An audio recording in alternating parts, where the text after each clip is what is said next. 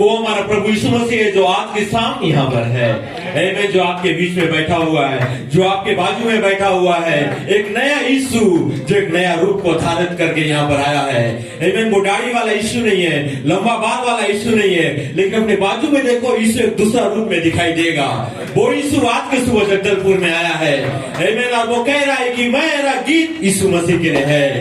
आमीन। कौन सा यीशु? एक महिमा पाया हुआ यीशु। आमीन। अच्छा लग रहा है यहाँ पर आकर। आमीन। God bless you church. परमेश्वर आप सभी को आशीष दे। God bless you brother David. परमेश्वर आपको आशीष दे। म्यूजिशियन हर किसी को परमेश्वर बहुत ऐसे आशीष दे। आइए हम अपने आंखों को बंद करें, प्रार्थना के साथ शुरुआत करेंगे। धन्यवाद देते हैं जीवित सामर्थ्य पिता, फिर से एक बार प्रभु तेरे पवित्र भवन की ओर हम यहाँ पर आते हैं। हम जानते हैं परमेश्वर कि आपने कहा है कि जहाँ पर 2 या 3 मेरे नाम से एकत्र होते हैं मैं उनके बीच में होता हूँ। पिता हम जानते हैं कि आप यहाँ पर हैं अपने वचन को पूरा करने के लिए। पिता होने दे प्रभु, जब यहाँ पर थोड़े शब्द को कहा जाएगा उस पर तेरी आशीष होने दे। गीत भजन किया गया है प्रभु, उस पर भी तेरी आशीष को आपने हमें दिया है। पिता हम विश्वास करते हैं जब वचन के भाग में हम जाते हैं प्रभु, जब यहाँ पर थोड़े से लोग होने पाए उनके हृदय के अंदर प्रभु वचन को फिर से जिलाइए पिता, और पवित्र आत्मा को पिता उनके हृदय में स्थापित कीजिए प्रभु। आज के सुबह पिता जो भी बीमार है उन प्रत्येक लोगों को आप चंगाई प्रदान करें। ये छोटी सी प्रार्थना को यीशु के नाम से मांगते हैं, सुने इसका कबूल करें। आमेन। God bless you. आमेन। आइए आधा घंटा के लिए 8 बज रहे हैं, शायद 8:30 बजे तक हम आराधना करेंगे, पवित्र शास्त्र लेंगे।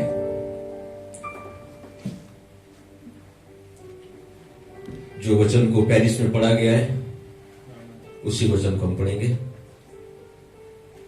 प्रेरितों के काम, जिसको ब्रदर गोयको ने भी गॉडस्टोन टेबरनिकल में 31 तारीख के नाइट को उन्होंने पढ़ा था, जब उनका मध्यरात्रि का सभा चल रहा था। प्रेरितों के काम 47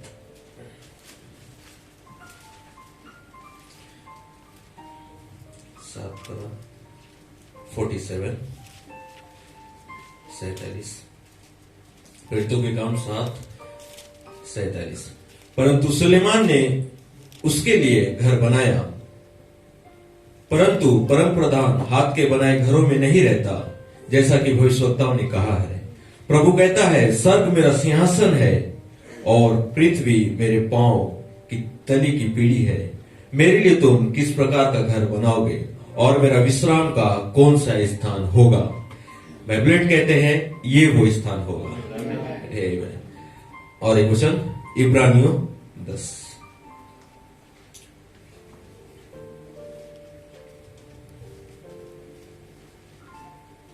इब्रानियों 10 उसका 1 से पढ़ रहा हूं मैं।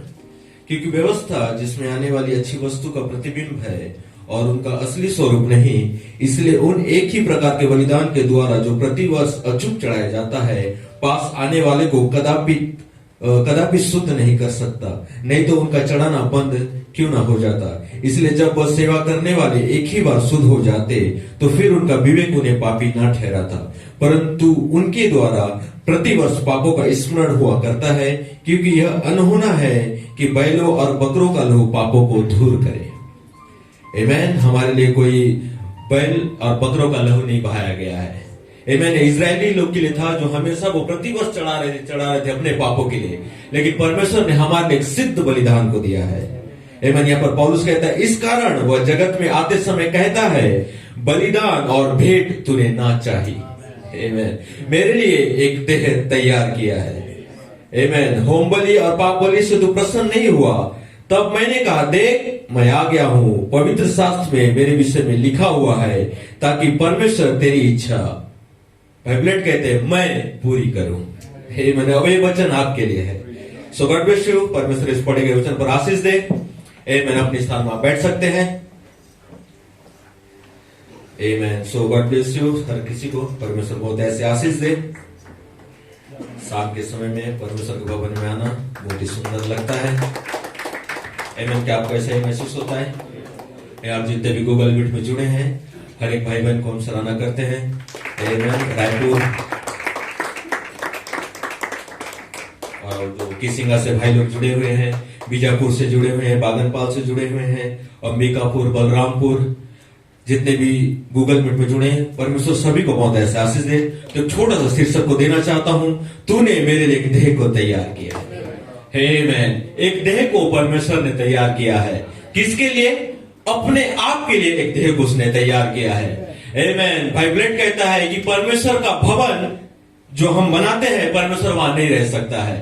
आमेन। क्योंकि परमेश्वर कहता है सब चीज तो मैंने बनाया है, लेकिन तुम मेरे लिए किस प्रकार का घर को बनाओगे।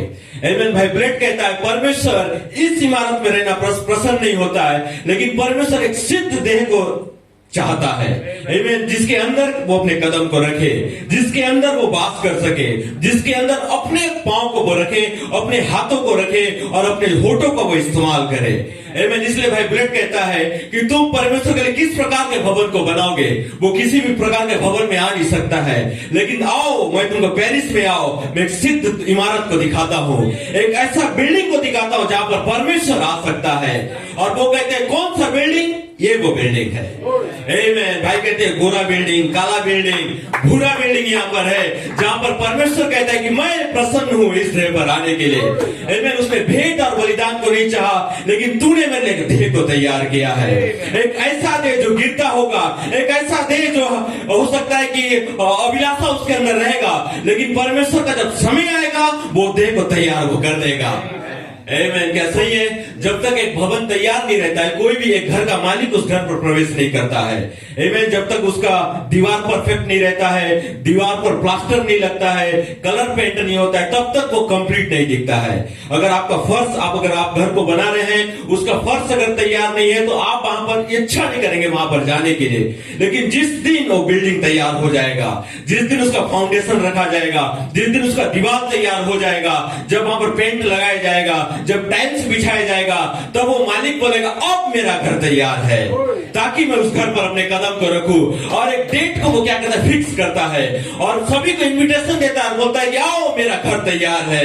और मैं अपने घर का क्या कर रहा हूं? ओपनिंग करने जा रहा हूं, और प्रत्येक को इनविटेशन देता है, क्योंकि उसको मालूम रहता है कि मेरा भवन अब तैयार है। आमीन। इसीलिए भाई बुलेट गॉडस्टोन से कहा चले गए स्पेन।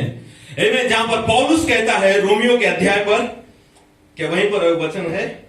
आमीन। मुश्किल आपके लिए पढ़ देना चाहता हूं। देखिए पौलुस क्या कहता है, रोमियो 15:28-29 में कहता है, इसलिए जब मैं यह काम पूरा कर लूंगा।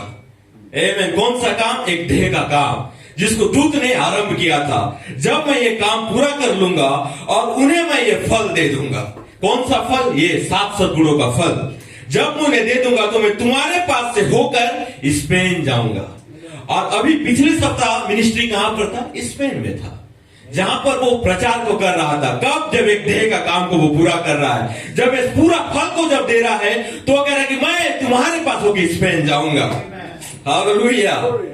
और मुझे पूरा विश्वास है कि जब मैं तुम्हारे पास आऊंगा तो मसीह का सुसमाचार की भरपूरी के आशीष के साथ आऊंगा। ये कौन कह रहा है? पौलुस कह रहा है। मैं 58 एडी में वो बोल रहा है मैं फिर से वापस आऊंगा, लेकिन वो तो जा नहीं पाया। पौलुस जो प्रत्येक को वादा करके आया स्पेन को कि जब मैं सारा चीज को मैं पूरा कर लूंगा, जब सुसमाचार तो मैं सब अन्य जाति में प्रचार करूंगा, और जब मैं वापस आऊंगा स्पेन में, जब मैं आपके बीच प्रचार कर रहा हूं, मैं वापस आऊंगा। वो उसने कहा कि केवल आऊंगा, लेकिन वो गया नहीं। लेकिन और एक देह था जो इसी वचन को उठाया और उसने कहा कि पौलुस तो आ नहीं पाया, लेकिन मैं यहां पर आया हूं। देख पवित्र शास्त्र में मेरे विषय में लिखा है। आमीन। तूने भेंट और बलिदान को नहीं चाहा, लेकिन तूने एक अंग्रेज घोड़सवार को चाहा, जिसका देह उसने तैयार किया। और संपूर्ण जाति में घूमता हुआ वो स्पेन में गया और कहा कि मैं एक देह को तैयार किया है, ताकि मैं उस देह पर प्रवेश करूं। देख तूने भेंट और बलिदान को नहीं चाहा, लेकिन तूने मेरे लिए देह को तैयार किया है।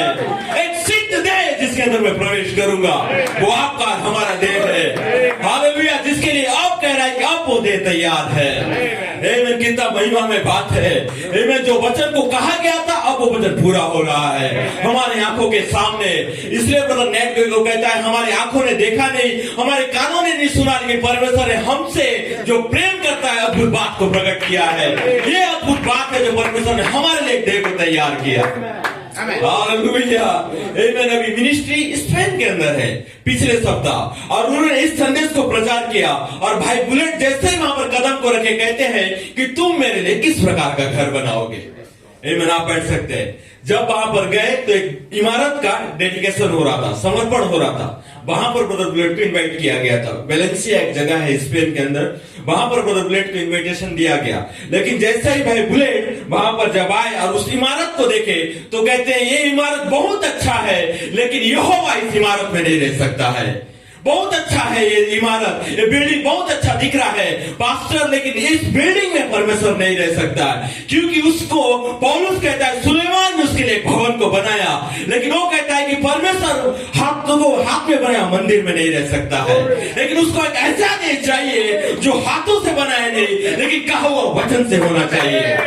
एक ऐसा देश जो कहा हुआ वचन से वहां पर तैयार रहे, जिसके लिए परमेश्वर तैयार हुए, अपना सिंहासन को छोड़े वहां पर आए। हालेलुया, आमीन। ब्रदर ब्लेड एक धमाका को कर दिए वहां पर। वो बोलते नहीं नहीं नहीं, ये भवन बहुत अच्छा हो सकता है, लेकिन यहोवा इस भवन में नहीं, लेकिन एक जीवित भवन में वो रहना चाहता है। एक ऐसा भवन जो परमेश्वर ने अपने लिए तैयार किया है। और वो कहता है कि मैं आ गया हूं, देख पवित्र शास्त्र मेरे विषय में लिखा है क्या कि ये वचन तेरे लिए है। ग्लोरी, आमीन। क्या ही अद्भुत सेवकाई यहाँ पर चल रहा है, जिसको भाई बुलेट ने वहां पर लेके गए और कहते हैं कि परमेश्वर भेंट और बलिदान नहीं चाहता है। अगर वो चाहता तो हम दे देते, जो भी चीज मांगता वो दे देते, लेकिन पौलुस कहता है कि तूने मेरे लिए भेंट और बलिदान को नहीं चाहा, लेकिन एक देह को तैयार किया है।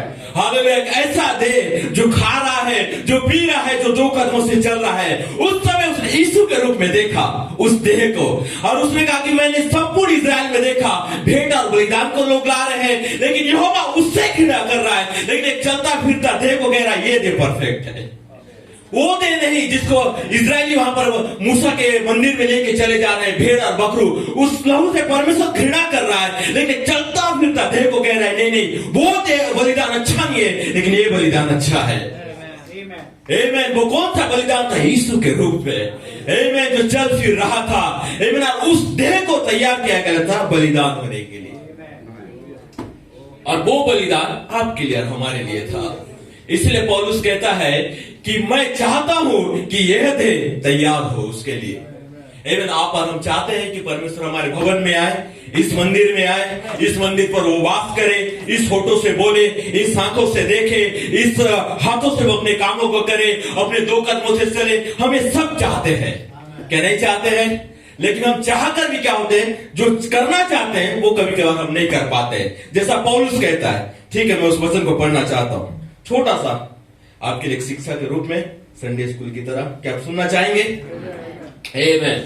देखिए, जैसा हम सोचते हैं कि परमेश्वर हमारे भवन में आए, पौलुस भी उसी प्रकार चाहता है कि परमेश्वर मेरे ही भवन में आए। देखिए यहां पर क्या कहता है, रोमियो 7:18।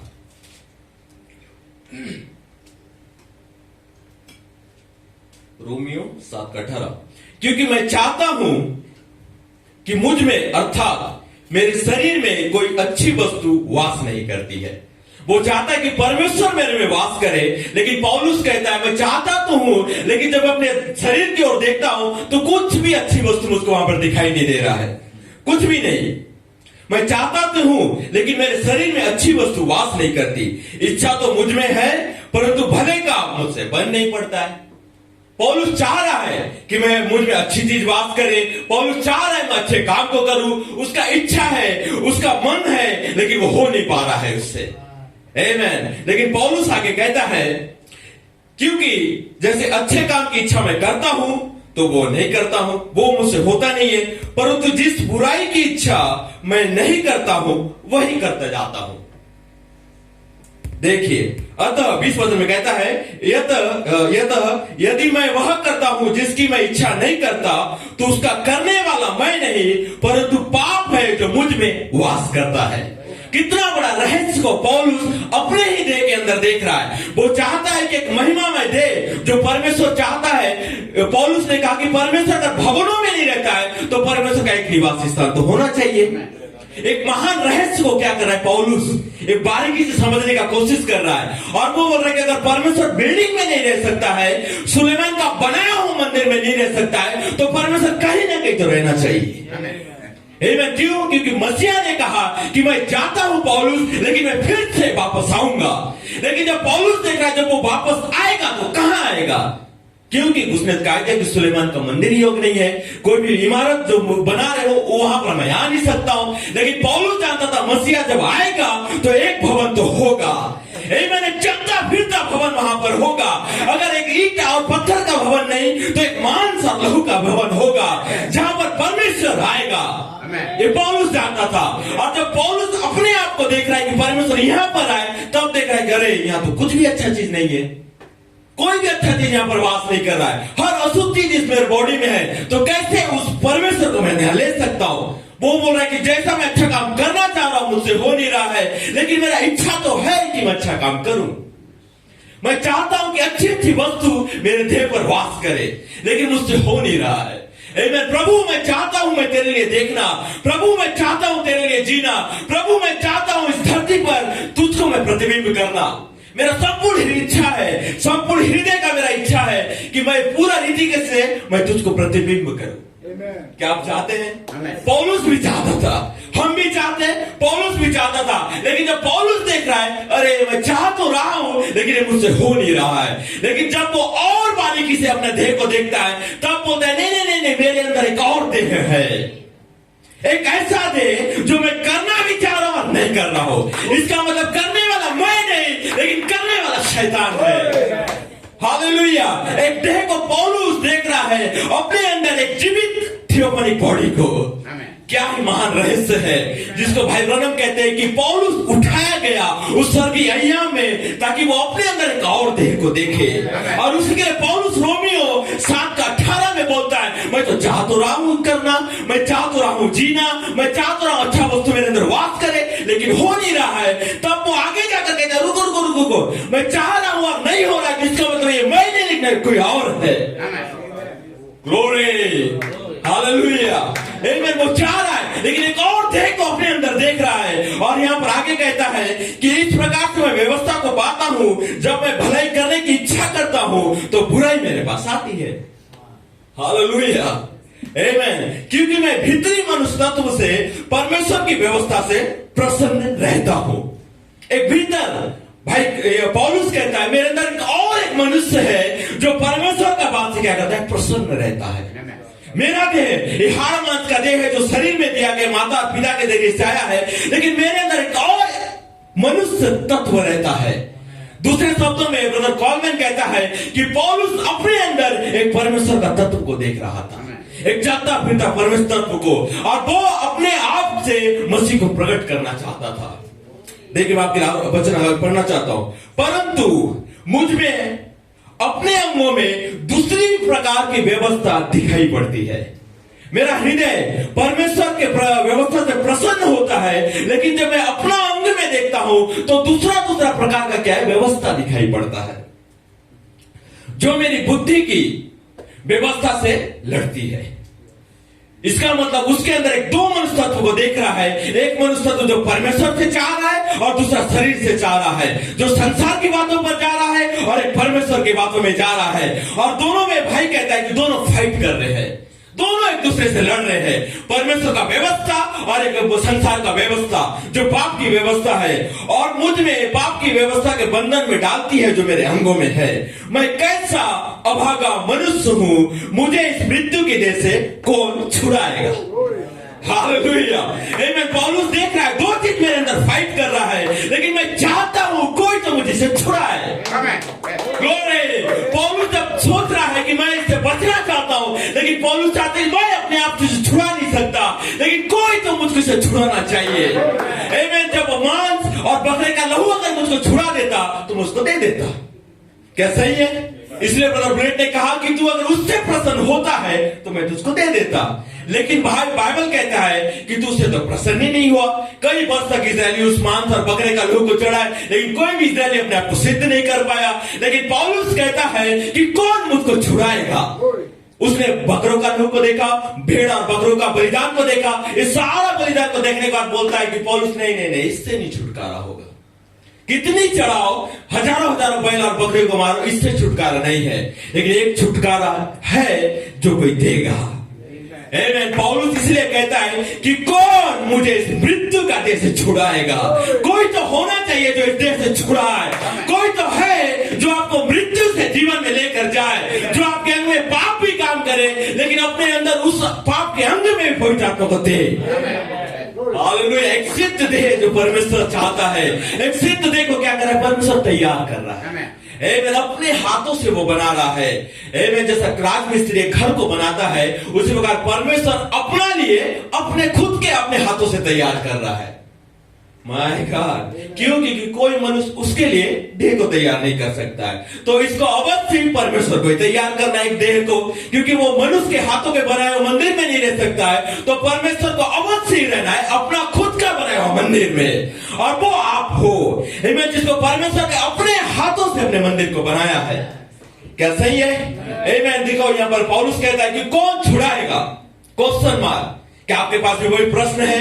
नहीं, आपका प्रश्न अब उत्तर बन चुका है, लेकिन पौलुस कहता है कौन छुड़ाएगा? तो हम उत्तर को यहां पर ढूंढेंगे। तो रोमियो 8:11 में देखिए क्या लिखता है। पौलुस जब इन सारी चीजों को देखा और बोला कि नहीं नहीं नहीं, मुझको छुटकारा चाहिए।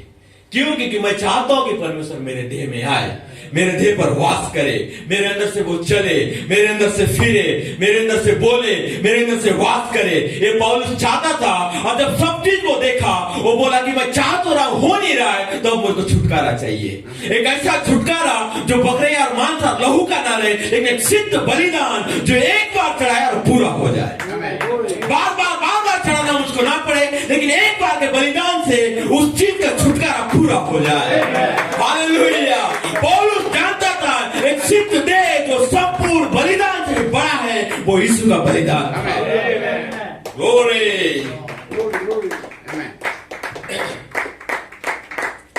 देखिए पौलुस आगे क्या कहता है 11 वचन में, कौन छुड़ाएगा? परंतु जबकि परमेश्वर का आत्मा तुम में वास करता है, तो तुम शरीर की दशा में नहीं परंतु आत्मिक दशा में हो। यदि किसी में मसीह का आत्मा नहीं, तो वह उसका जन नहीं। यदि मसीह तुम में है, तो देह पाप के कारण मरी है, परंतु आत्मा धर्म के कारण जीवित है। मैंने दो व्यवस्था को वो देख रहा है। वो बोल रहा है पाप के कारण मरा भी है, लेकिन दूसरा रूप में देख रहा है वो जीवित भी है। एक ऐसा चीज जो परमेश्वर का वचन है। और 11 वचन में कहता है, यदि मसीह का आत्मा जिसने यीशु को मरे हुए में जिलाया, अगर तुम में वो ऐसा हुआ है, तो जिसने मसीह के मरे हुए में से जिलाया, वह तुम्हारे नाशवान देह को भी अपनी आत्मा के द्वारा जो तुम में वास करता है जिलाएगा। एक महान रेवलेशन, एक महान रहस्य को क्या कर रहा है पौलुस बता दे रहा है। वो बोल रहा है कौन छुटकारा देगा, और वो छुटकारा को देख रहा है यीशु का रूप में। और यहां पर बोल रहा है अगर परमेश्वर का आत्मा, कौन सा आत्मा? जिसके अंदर, जिसका परमेश्वर यीशु के अंदर जो आत्मा वास करता है, अगर वही आत्मा तुम में वास करेगा, तो वो तुमको छुड़ाएगा। वो बोलता है कौन छुड़ाएगा? आगे जाके पौलुस ही बता रहा है मसीह छुड़ाएगा। वही आत्मा जो यीशु के अंदर वास करता है, अगर तुम में वास करेगा, तो वो तुमको भी छुड़ाएगा। अगर तुम मरोगे भी तो भी जिलाएगा। My God. पौलुस ऐसा एक महान मास्टर के संदेश को पौलुस क्या कर रहा है? प्रचार कर रहा है। संपूर्ण रोम में घूम घूम के प्रचार कर रहा है। किसी को पल्ले नहीं पड़ रहा है, लेकिन इस पल्ले को पढ़ने के लिए एक महान प्रधान दूत का आवाज को आना था, एक महान नबी को यहाँ पर आना था, और 5 बार की सेवकाई को आना था, जो अपना पन्ना को पलटा है और लिखे और दिखाए कि देख मैं आ गया, पवित्र शास्त्र मेरे विषय में लिखा है। ये संपूर्ण वचन जो पौलुस ने कहा, बाइबल कहता है देख मैं आ गया हूं, मेरे विषय में पवित्र शास्त्र यहाँ लिखा है। तूने भेंट और बलिदान नहीं चाहा, लेकिन तूने मेरे लिए देह को तैयार किया है। ग्लोरी। देखिए भाई ब्रनम यहां पर क्या कहते हैं, बस खत्म कर दे रहा हूं, थोड़ा देर आप सही है। आपके अंदर एक और मनुष्य वास करता है, एक ऐसा मनुष्य जो उत्पत्ति में था। किसको बोल रहे हैं? आदम का देह को। लेकिन वो बोल रहे हैं कि आपके अंदर एक और मनुष्य वास करता है, जिसको मैं मूल रूप में कहना चाहता हूं पवित्र आत्मा। जिसको भाई ब्लेड कहता है कि हम लोग क्या कर रहे हैं? निंदा कर रहे हैं। तुम कैसे पवित्र आत्मा हो सकते हो? तुम हो ही नहीं सकते हो। क्यों? क्योंकि तुम्हारे पास जब हम आते हैं तो तुम्हारी दुर्बलता को देखते हैं। कोई झूठ बोल रहा है, कोई चोरी कर रहा है, कोई अभिलाषा में गिर रहा है, कोई इस चीज में गिर रहा है, उस चीज में गिर रहा है। भाई बुलेट कहता है कि तुमको किसने कहा कि मैंने इसको पवित्र आत्मा कहा? इस देह को मैंने कभी भी पवित्र आत्मा नहीं कहा, लेकिन मैंने मूल बुलेट को पवित्र आत्मा कहा है, जिसके अंदर पौलुस कहता है कि एक और परमेश्वर वास करता है जो मेरे अंगों में पाया जाता है। उसको भाई बुलेट कहता है कि मैं पवित्र आत्मा नहीं, लेकिन एक और बुलेट है जो पवित्र आत्मा है। इसलिए भाई ब्रनम कहता है कि आपके अंदर एक और व्यक्ति वास करता है जिसको मैं पवित्र आत्मा कहता हूं। खुद भाई ब्रनम कह रहे हैं कि एक और व्यक्ति है आपके अंदर जिसको मैं जब अपने आंख से देख रहा हूं तो वो कहते हैं वो पवित्र आत्मा है। हालेलुया। भाई ब्रनम कहते हैं क्यों लोगों को ठोकर लगता है? मेरा नबी खुद कह रहा है कि मेरे अंदर एक और व्यक्ति है जो स्वयं पवित्र आत्मा है। उसको भाई ब्रनम कहता है कि वो नया जन्म पाएगा। वो देख को परमेश्वर ने तैयार किया है, जिसके अंदर परमेश्वर ने कदम को रखेगा और बोलेगा कि देख मैं आ गया हूं, तूने मेरे लिए देह को तैयार किया है। कौन सा देह? आपका देह। जो काला दिखने वाला देह, जो कमजोर दिखने वाला देह, परमेश्वर ने एक देह को तैयार किया जो आप और हम है, जिसके अंदर परमेश्वर वास कर रहा है, जिसको आज के समय इसलिए हम कहते हैं कि मैं पवित्र आत्मा हूं। नाजिर नहीं, लेकिन एक मूल नाजिर है जो पवित्र आत्मा है। My God. भाई ब्रनम स्वयं कह रहे थे, आप बैठ सकते हैं। उससे मैं पवित्र आत्मा कहना चाहता हूं वह मूल जाति है। कौन? एक और जाति है जो आपके अंदर है। भाई ब्रनम कहता है मैं उसको मूल जाति कहना चाहता हूं। तुम हो सकता है कि मेरे को एक कंटकी का बॉडी बोलोगे, लेकिन भाई ब्रनम कहता है नहीं, उसको कंटकी का बॉडी मत बोलो, उसको पवित्र आत्मा बोलो। उसको जगदलपुर का देह मत बोलो, संतोषी वार्ड का नागरिक मत बोलो, लेकिन उसको पवित्र आत्मा बोलो। हालेलुया। कितने लोग ठोकर गए थे, परवाह नहीं, लेकिन नबी कहता है कि उसको पवित्र आत्मा बोलो। इसीलिए हम कहते हैं कि मैं पवित्र आत्मा हूं। Oh my God. देखिए क्या कहते हैं भाई ब्रनम, मैं उसके मूल जाति कहना चाहता हूं। जवान भाई और बहन, क्या आप इस बात को समझते हैं? आप सोचते हैं कि आपका देह परफेक्ट है, लेकिन अगर आपका देह परफेक्ट होता तो वो क्यों फिर दूसरा देह मांगता? अगर यही नहीं सिद्ध होता तो फिर क्यों वो दूसरा देह का डिमांड करता? सही है। अगर कोई घर अच्छा नहीं रहता है तभी कोई व्यक्ति दूसरा घर को ढूंढता है। अगर घर ही अच्छा है तो दूसरा घर क्यों ढूंढेगा?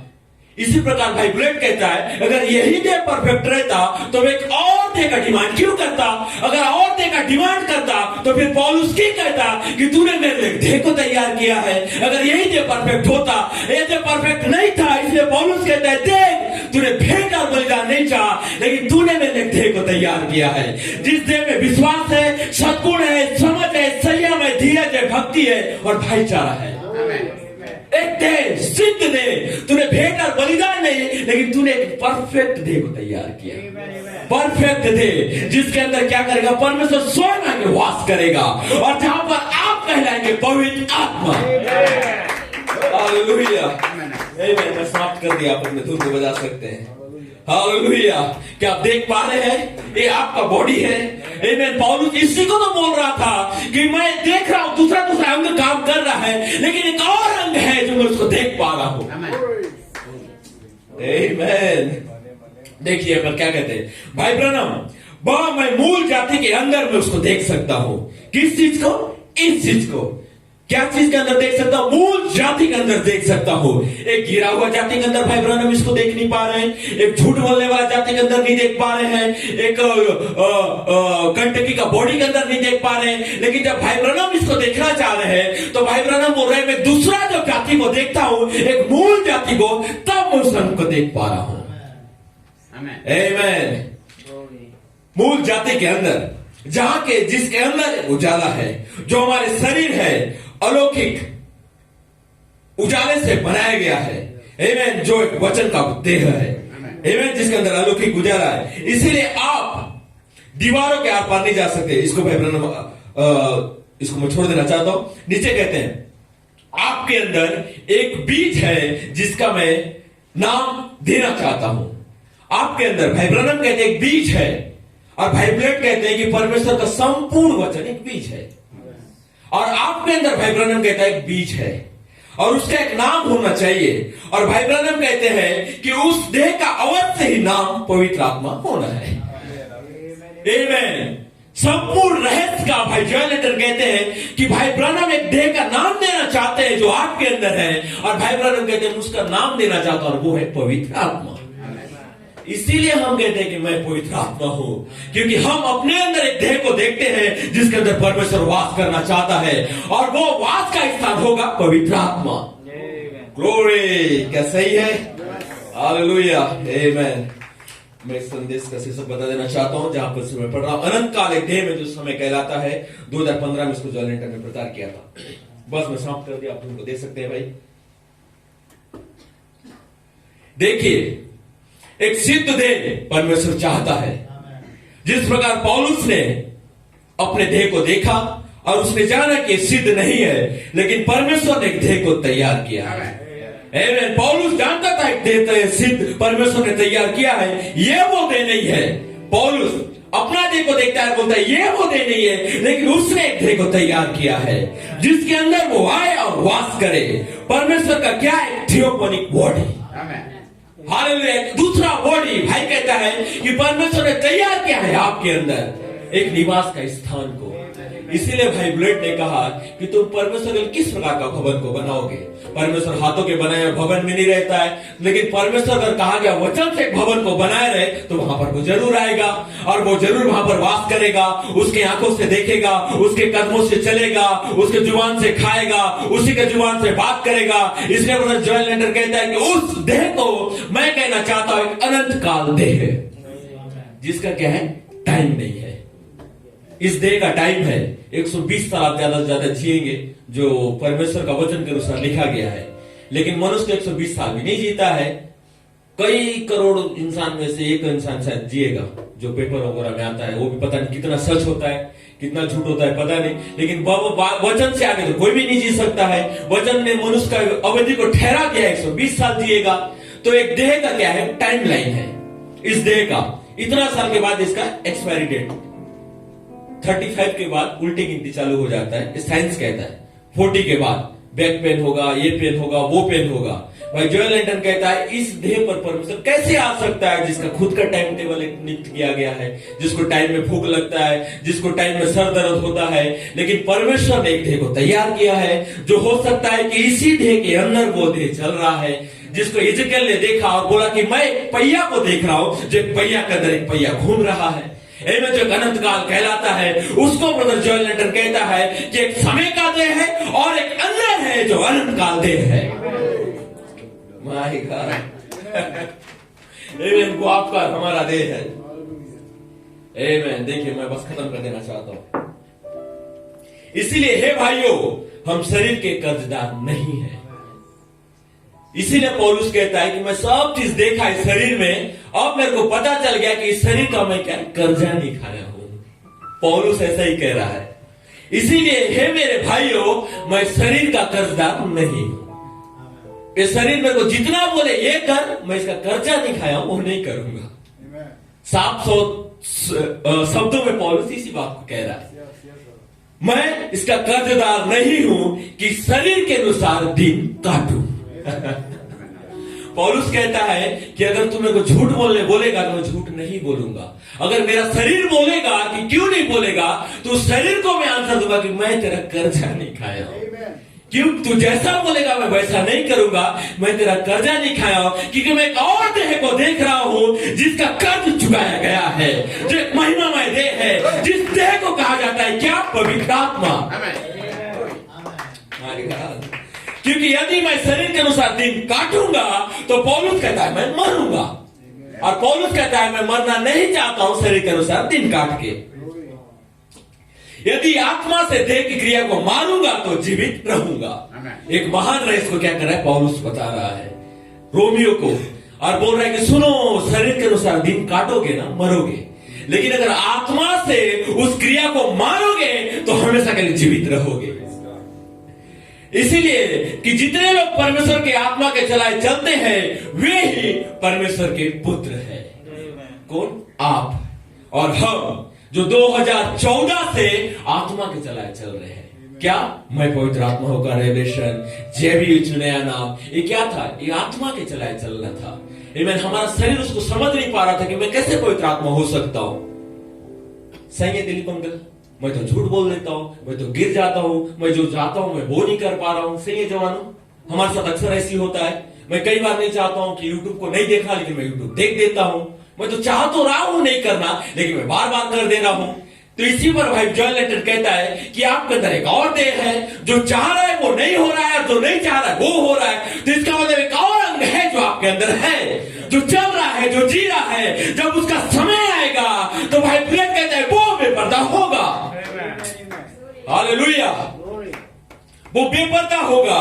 इसीलिए भाई ब्लड कहता है कि हम परमेश्वर के संतान है, होंगे नहीं लेकिन है। और भाई कहते हैं कि ये हमारा वंश है, छुटकारे का वंश जो परमेश्वर ने हमारे लिए ठहराया है। और परमेश्वर ने हमारे लिए एक देह को तैयार किया है, जो देह आज के सुबह मैं यहां पर देख रहा हूं। कोर्ट समाप्त हुआ। आमीन। क्या भाई ब्लड का सराहना करते हैं? आमीन। वो आपका और हमारा देह को देख के कह रहे हैं कि परमेश्वर एक इमारत में नहीं, लेकिन इस इमारत में रहना चाहता है, इस इमारत में रहना चाहता है। भले ही इमारत कमजोर दिखता होगा, लेकिन परमेश्वर चाहता है इस इमारत में रहना। और भाई ब्लड कहता है कि अगर परमेश्वर चाह लिया ना तो कोई भी उसको कुछ नहीं कर सकता। कितनी शैताना है। और परमेश्वर बोले नहीं नहीं नहीं नहीं नहीं, इसको मत चाहते कि झूठ बोल रहा है, चोरी कर रहा है। लेकिन परमेश्वर ने अगर चाह लिया है तो आपका अनचाहा बॉडी को भी वो बदलेगा और अपने कदम को आपके अंदर रखेगा। और वो कहेगा कि मेरा वचन कभी व्यर्थ लौटता नहीं है जो आपके अंदर रखा गया है। सो गॉड ब्लेस यू। परमेश्वर आप सभी को बहुत ऐसे आशीष दे। हालेलुया। एक दूसरे को हाथों को मिलाएंगे।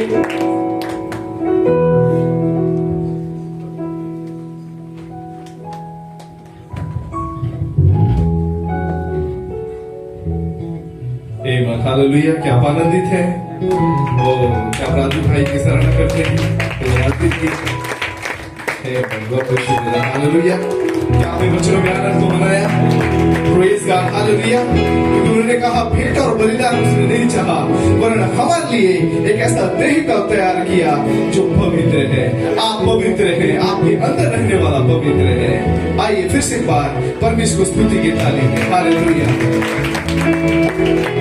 आइए अपने हाथों को उठाएं। वो कितना पवित्र है, वो कितना प्रेम करने वाला है। वो उसने आपको छोड़ा नहीं, वो उसने आपको त्यागा नहीं।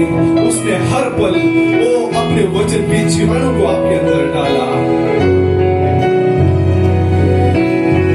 आइए हर एक अपने हाथों को उठाएं उस महान परमेश्वर के सजदे में।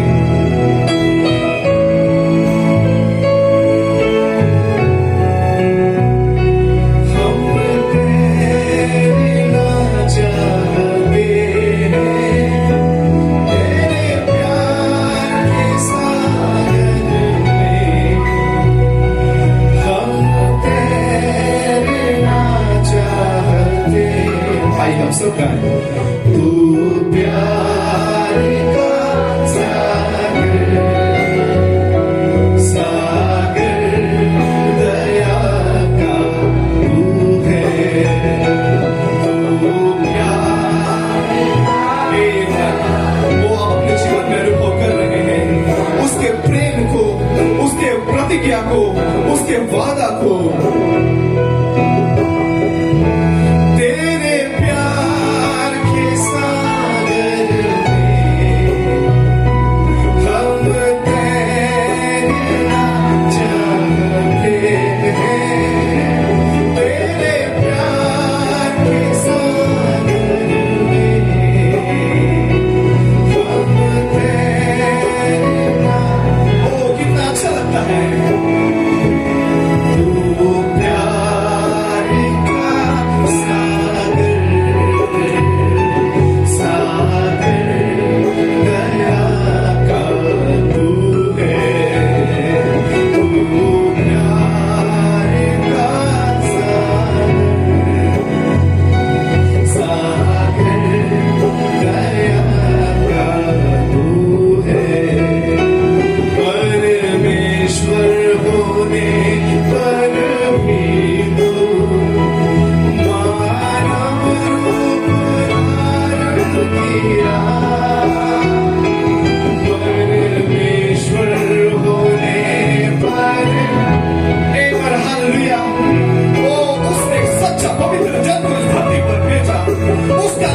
यीशु मसीह है और जो कोई उस पर विश्वास लाता है वो नाश नहीं होगा, वो अनंत जीवन को पाएगा।